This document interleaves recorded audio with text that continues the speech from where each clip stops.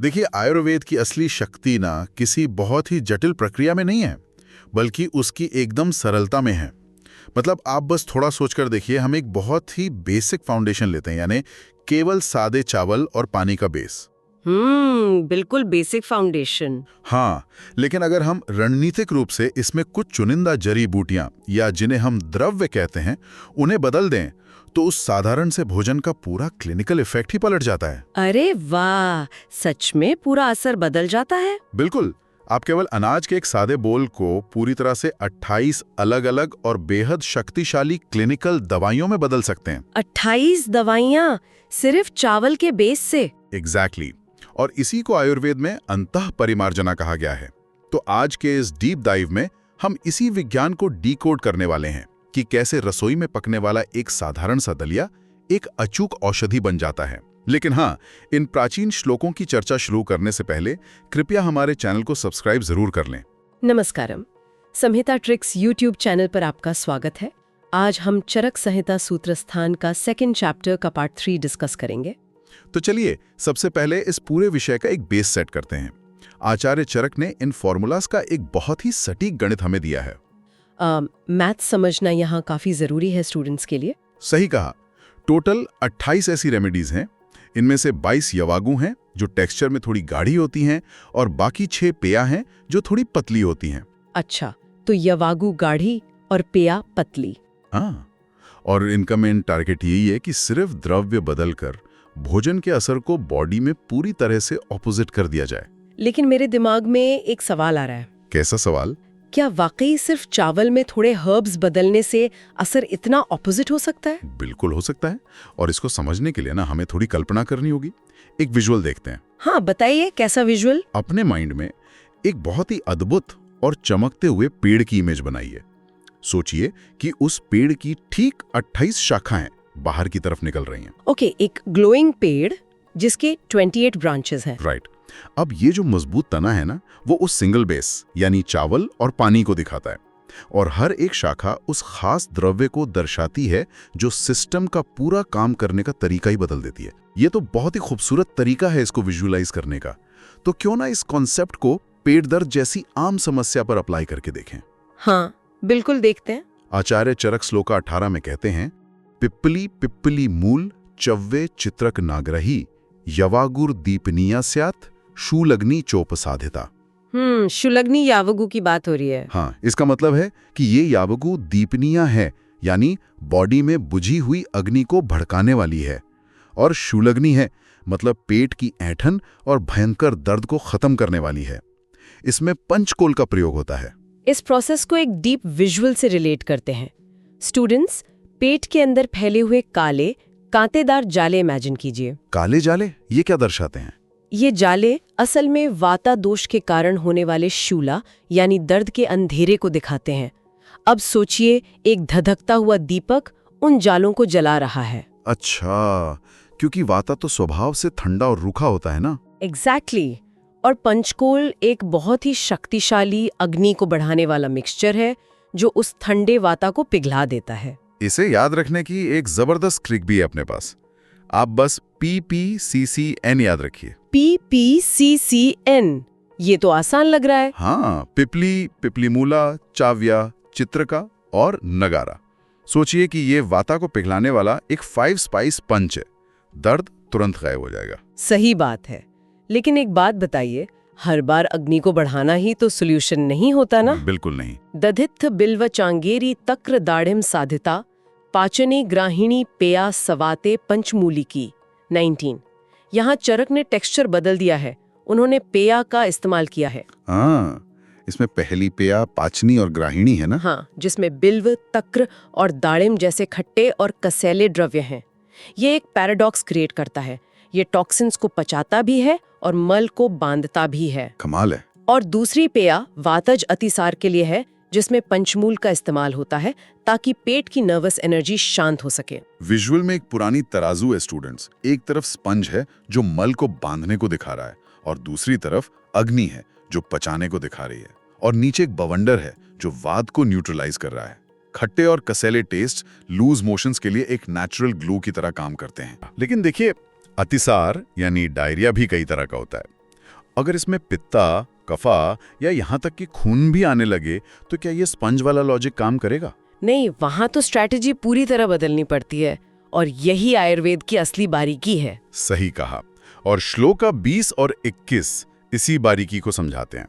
श्लोका 20 कहता है, शालपर्णी बला बिल्वय पृष्णि पर्ण्या च साधिता दाढ़ी मामला हिता पेया पित्त श्लेष माति सारी नाम। पित्ता और कफा अतिसार के लिए। हाँ, इसमें शालपर्णी, बला और बिल्वा का उपयोग होता है। लेकिन श्लोका 21 देखिए, पयस छारदोद के छागे हिरवेरोध पलनागर है पेया रक्तातिसारा घणी पृष्णि पर्ण्या च साधिता। यहाँ रक्ता अतिसार यानी जहां ब्लीडिंग हो रही हो उसके लिए विशेष रूप से अजा दुग्धा यानी बकरी के दूध का प्रयोग बताया है। बकरी का दूध ही क्यों? ये एक बहुत ही गहरा सवाल है। हाँ, गाय या भैंस का दूध क्यों नहीं? क्योंकि इसके पीछे एक तार्किक कारण है। सोचिए, बकरी हमेशा जंगल में रूखे और कसैले पत्ते खाती है। उसकी इसी डाइट के कारण उसका दूध सीधे तौर पर बहुत ज्यादा कूलिंग और रक्त स्तंभिका यानी खून रोकने वाला बन जाता है। अरे वाह, मतलब जानवर की डाइट उसकी औषधि के गुण तय कर रही है। बिल्कुल। इसे ऐसे विजुअलाइज कीजिए, एक तरफ एक लाल जलती हुई सतह है जिस पर हरा कूलिंग लिक्विड गिर रहा है और दूसरी तरफ एकदम गर्म कोयले के ऊपर सफेद ठंडा दूध डाला जा रहा है जो तुरंत गर्मी को शांत कर रहा है। बकरी का दूध ठीक ऐसा ही करता है जब आंतों से खून बह रहा हो। अब एक ऐसी स्थिति की कल्पना करते हैं जहां बॉडी में भारी कीचड़ यानी अमा जम जाए या फिर यूरिनरी ट्रैक्ट में रुकावट आ जाए, राइट? हाँ, इसके लिए श्लोका 22 का प्रोटोकॉल है। दद्यात् सातिविशाम पेयाम साम सामलाम सनागरम श्वदाष्ट्रा कंटकारिभ्याम मूत्रकृच्छ्रे सफानिताम। अमा अतिसार में अतिविषा का प्रयोग होता है जो कि बेस्ट अमा डाइजेस्टर है। एग्जैक्टली। और मूत्रा के छुरा यानी पेनफुल यूरिनेशन में शुआदम्ष्ट्रा जिसे हम गोक्षुरा कहते हैं और कांताकरी के साथ लिक्विड गुड़ यानी फनिता का प्रयोग होता है। अभी इसका विजुअल देखिए। अमा असल में बिना पचा हुआ जहरीला और चिपचिपा मला होता है जो आंतों में कीचड़ की तरह चिपक जाता है। तो इस कीचड़ को कैसे हटाएंगे? विजुअल में देखिए, इस भारी कीचड़ के बीच से निकलता हुआ एक चमकता हीरा है। ये अतिविषा है जो अपनी तीक्ष्णता से उस कीचड़ को काट देता है। और बगल में एक कांच की नली है जो यूरिनरी ट्रैक्ट का प्रतीक है, जिसे पत्थर और रुकावटें साफ होते हुए दिख रही हैं। प्रकृति का लॉजिक देखिए। गोक्षुरा को संस्कृत में श्वादम्श्रा यानी कुत्ते के तीखे दांत कहते हैं क्योंकि इस पौधे में बहुत तीखे कांटे होते हैं। तो क्या प्रकृति अपने ही कंटेदार हथियारों से यूरिनरी ब्लॉकेज का दर्द काट रही है? बिल्कुल, ये कट्स का एकदम परफेक्ट एग्जाम्पल लगता है। जो द्रव्य तीक्ष्ण है वही बॉडी के बारीक चैनल्स को खोल सकता है। अब थोड़ा बाहरी खतरों की बात करते हैं। अगर बॉडी के अंदर कीड़े हो जाएं या खून में जहर फैल जाए तो ये दालिया कैसे ढाल बनेगा? श्लोका 23 और 24 इसका उत्तर देते हैं। विडंग पिपली मूल शिग्रु से मरीचों के साथ तक्र सिद्ध या वागु स्यात कृमिग्नि ससुवर्चिका। ये तो पेट के कीड़ों के लिए कृमिग्नि या वागु हो गई है ना? हाँ, जो विडंगा और तकरा से बनी है। और जहर के लिए मृद्विका सारीवाला जपिप्पिली मधुनागर ही पिपासा अग्नि विष अग्नि च सोमराजी विपाचिता। भयंकर प्यास या जहर के लिए विषाग्नि या वागु है जिसमें सोमाराजी यानी बकूची का प्रयोग हुआ है। अब कल्पना कीजिए कि तकरा यानी बटर मिल्क का एक भयंकर बवंडर आंतों में घूम रहा है जिसमें कीड़े फंसकर कट रहे हैं। और जहर के लिए उस बवंडर के ठीक बगल में एक जादुई पर्पल फूल खिला है जो बकूची का प्रतीक है, जो बॉडी से जहर खींच रहा है। स्टूडेंट्स के लिए यहाँ एक एग्जाम ट्रिक है। बकूची दुनिया भर में स्किन रोगों के लिए मशहूर है, लेकिन आचार्य चरक ने इसे यहाँ खास तौर पर एंटी पॉइजन या वागु में रखा है। इसका मतलब है कि बकूची स्किन के ऊपर से काम करने के साथ साथ गहराई में जाकर खून के अंदर बैठे जहर को भी काटती है। ये सच में कमाल है। चलिए, बीमारियों से थोड़ा हटकर बॉडी के मास यानी वजन को कम या ज्यादा करने के साइंस को समझते हैं। क्या एक ही तरह का अनाज हमारा वजन बढ़ा और घटा दोनों सकता है? ये तो सच में बहुत ही रोचक टॉपिक है। कैसे करता है अनाज ये? श्लोका 25 पर गौर करें। सिद्धा वराहनि यूहे यावागुर बृहणी मता गवेधु का नाम बृष्टानाम कर्षणिया समाक्षिका। बॉडी का मांस बढ़ाने वाली बृहणी यावागु वराह यानी जंगली सुअर के भारी सूप से बनती है। और वजन घटाने वाली? उसके ठीक विपरीत मांस घटाने वाली कर्षाणियां या बगु वेदुका यानी मकई और शहद से बनती हैं। इसे ऐसे विजुअलाइज करें, एक तरफ कीचड़ में बैठा भारी जंगली सूअर है जो भारीपन और स्थिरता का प्रतीक है, और दूसरी तरफ हवा में उड़ते हुए हल्के भुने हुए मकई के दाने हैं। इसके पीछे की फिजिक्स सच में कमाल की है। जब हम मकई को भूनते हैं तो अग्नि के संपर्क में आने से उसका सारा पानी उड़ जाता है और मकई एकदम हल्का यानी लघु हो जाता है। और जब ये बॉडी में जाता है तो क्या होता है? ये रूखापन बॉडी के एक्स्ट्रा पानी और फैट को सूखता है।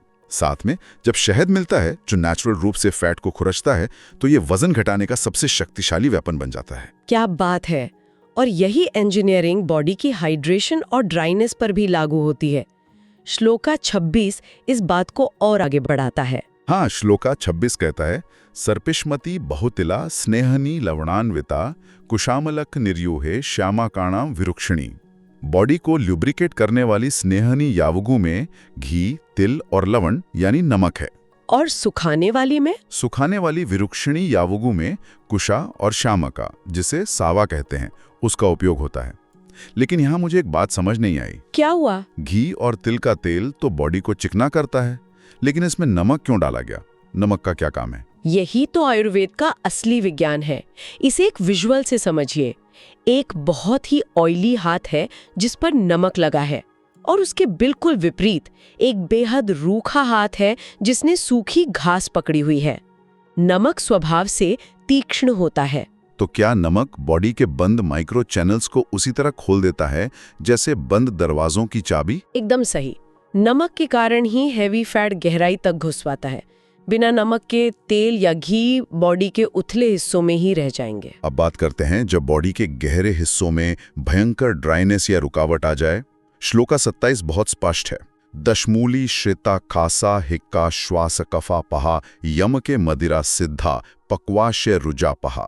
रेस्पिरेटरी सिस्टम के लिए क्या बताया है? श्वासाना तंत्र की रुकावट यानी कासा, हिक्का और श्वासा के लिए दशमूला का प्रयोग होता है, लेकिन गहरे कोलन पेन यानी पक्वाश्य रुजा के लिए यमका यानी डबल फैट और मदिरा यानी अल्कोहल का कॉम्बिनेशन इस्तेमाल होता है। इमेजिन कीजिए कि फेफड़े भारी धुआं बाहर धकेल रहे हैं।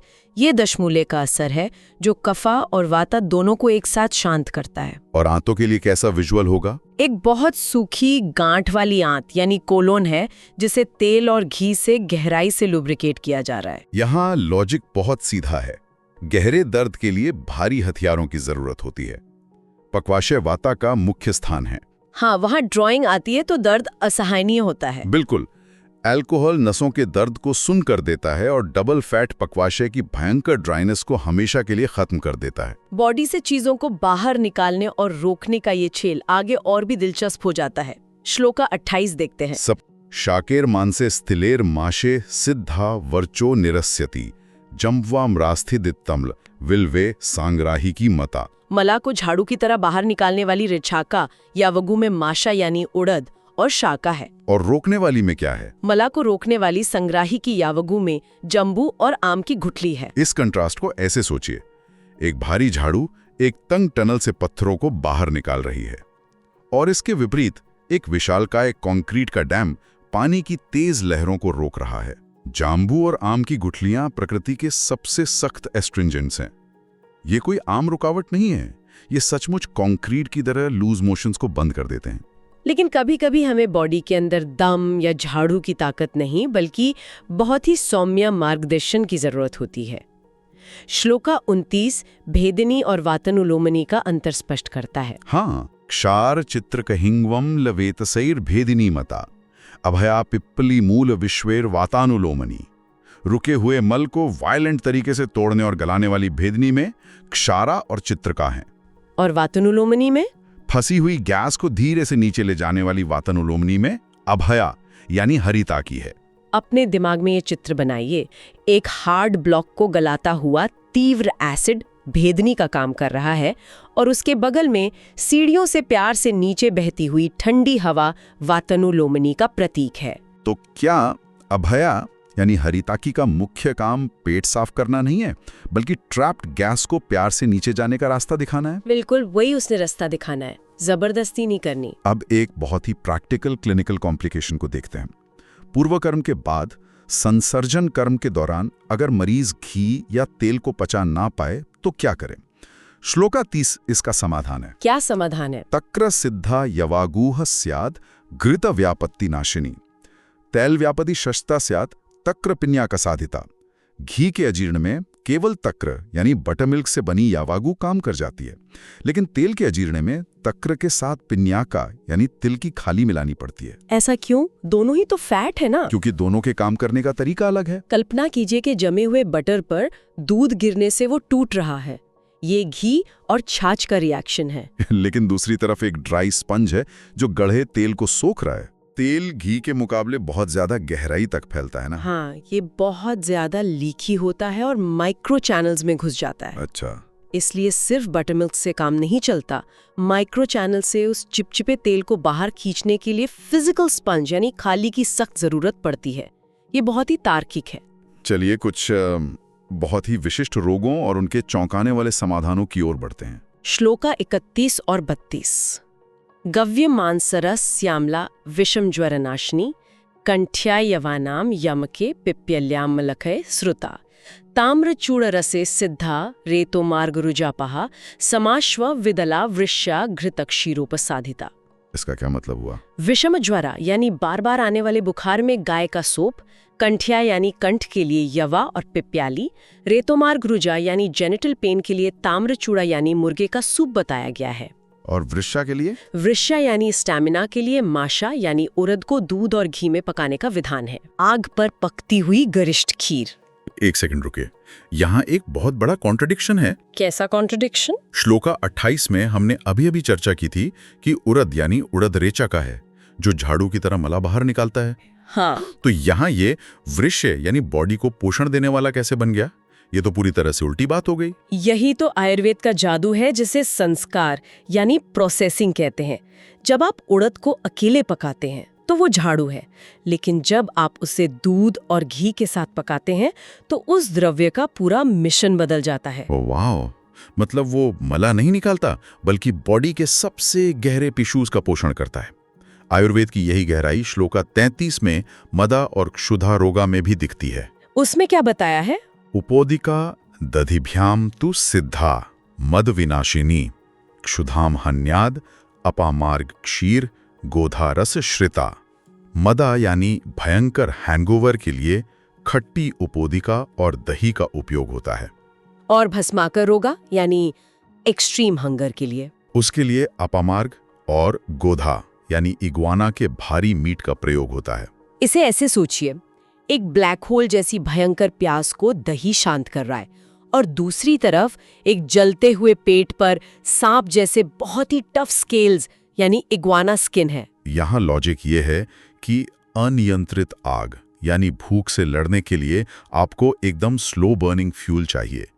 इसीलिए इग्वाना जैसा भारी और देर से पचने वाला मीट इस्तेमाल होता है, ताकि पेट की बढ़ी हुई अग्नि उसे जल्दी पचा ना सके। इस पूरी विज्ञान चर्चा का निष्कर्ष हमें श्लोका 34 और 35 में मिलता है। आचार्य कहते हैं, अष्टाविंशति रित्येता यवाग्वः परिकीर्तितः। इस अध्याय के निष्कर्ष में स्पष्ट किया गया है कि ये 28 यवागु अंतः परिमार्जना, जो कि पंचकर्मा और पूर्वाकर्म का हिस्सा है, उसके लिए प्रयोग होती हैं। अपने मन में धूल से निकलती हुई एक प्राचीन किताब की कल्पना करें जिस पर बड़ा सा 28 लिखा हुआ है। स्टूडेंट्स को याद दिलाना चाहूंगी कि यवागु की कुल संख्या 28 ही है, जिसमें वे 6 पेया भी शामिल हैं।